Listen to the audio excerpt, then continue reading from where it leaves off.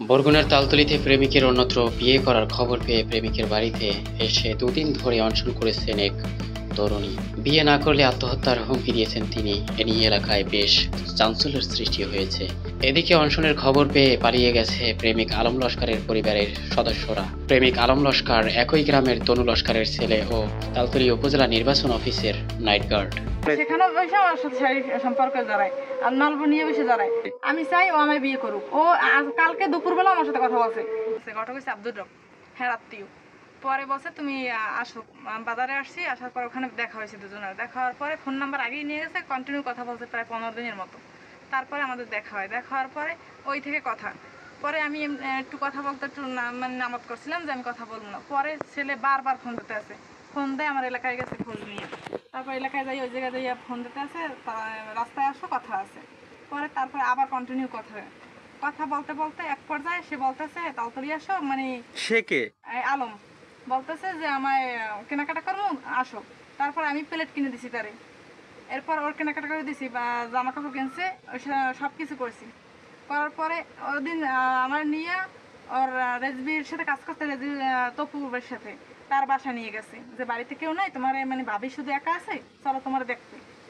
কিন্তু আমি কই ভাবি আমার দেখবে, আমি বলছি তোমার কথা যে তুমি আসো। তারপর আমার ওই জায়গায় নিয়ে গেছে। নিয়ে যাওয়ার পরে সেখানে আমাদের সাথে মানে আমার আর আলমের সাথে শারীরিক সম্পর্ক মানে ও ই করছে। আমি জানতাম না এটা যে এরকমের প্ল্যান আছে। পরে দুর্ঘটনাবশত হয়ে গেছে। আমি তারপরে রাগ করে দিয়ে এটা কি করা উচিত হয়েছে। পরে বলছে সমস্যা কি, আমি তো তোমার বিয়ে করবো, আমার মানে কোনো আপত্তি নেই, আমার বাড়িতে সবাই জানে। এরকমের আমার 3 মাস ঘুরেছে যে আমি বাড়িতে কথা বলছি, বাড়ির সবাই জানে, মায় জানে, বাবাই জানে, তারপরে আমার বোনাইরা জানে, সবাই জানে। তারপরে আবার মানে আমার মামি আছে, মামির সাথে কথা বলছে যে ছেলে কেমন, আমরা জিজ্ঞাসা করছি। বলার পরে বলতেছে যে ছেলে ভালো। ওর আম্মা আলমের ওই রেজবির বাসা ছাড়াও কি আরো কোথাও ঘুরতে নিয়ে গেছে আপনাকে? নলব নিয়ে গেছে আমার নিয়ে। তারপর কুয়াকাটা চেনে না, আমার পুরান বাড়ি কুয়াকাটা, সেখানে আমি নিয়ে গেছি। সেখানে বসে কি শারীরিক হ্যাঁ, সেখানেও বসে আমার সাথে শারীরিক সম্পর্ক জড়ায় আর নলব নিয়ে বসে জড়ায়। তারপরে এখানে একটা বাড়ি আছে ফাঁকা, ওই এই দিয়া মাঝখানে এক রাস্তা আছে, কিন্তু আমি ওইভাবে অতটা চিনি না। রাতের বেলা মানে এনেই কিন্তু আমার নিয়ে আসছে, বলছে বাড়িতে তোমার এই আম্মু দেখবে, এই কথা বললে। পরে হঠাৎ এক লোক পরে সামনে, তাই এই মুহূর্তে আর যাওয়া যাবে না। পরে ওখানে ওই বাড়িতে নিয়ে যায়, সেখানে বসে শারীরিক সম্পর্ক হয়। এইরকম আমার দিনের পর দিন এরকম করতে আছে। পরবর্তীতে আমি বলছি আমার বিয়ে করো। আমি বিয়ে করবো 1 বছর পর। আমার এক ভাই আছে সচিব, তার কথা ছাড়া আমি বিয়ে করতে পারবো না, শহীদুল। পরে বলছি ঠিক আছে, আমি তাও মানিয়ে নিচ্ছি যে 1 বছর পরে বিয়ে করবো, অসুবিধা নেই। এখানে সেখানে মেয়ে দেখে, সবাই বলতেছে যে মেয়ে দেখে। আমি আবার বলছি মেয়ে দেখতেছো? কয় না, আমি কিসের মেয়ে, আমার আমি যা বলবো তাই, আমার কথা ছাড়া কেউ কোনো বিয়ের সাথে কোনো ই করবে না।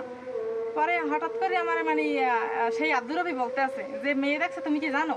আমি কি না, আমি তো জানি না। হ্যাঁ, এইটা চরপাড়া সদাগরপাড়া মেয়ে দেখছে। আমি কি কোন জায়গায় মেয়ে দেখছে? তুমি মেয়ে নাকি অন্য কেউ? আমি না, আমি তো জানি না। পরে হঠাৎ করে শুনি সেখানে চেন পরাইছে আর ওরা নাকি আংটি পরাইছে। সেই কথা খবর মানে শুনি আমি এই জায়গায় ওর বাড়িতে এখন চলে আসছি। এখানে আসছেন কত ঘন্টা হয়েছে? আসছি প্রায় আধা ঘন্টার বেশি হয়ে গেছে। আসলে এখন আপনি চান কি? আমি চাই ও আমায় বিয়ে করুক। ও কালকে দুপুরবেলা আমার সাথে কথা বলছে। তারপর থেকে যোগাযোগ বন্ধ। এক বোন মানে বাইর করে ফোন ধরাই দেয়।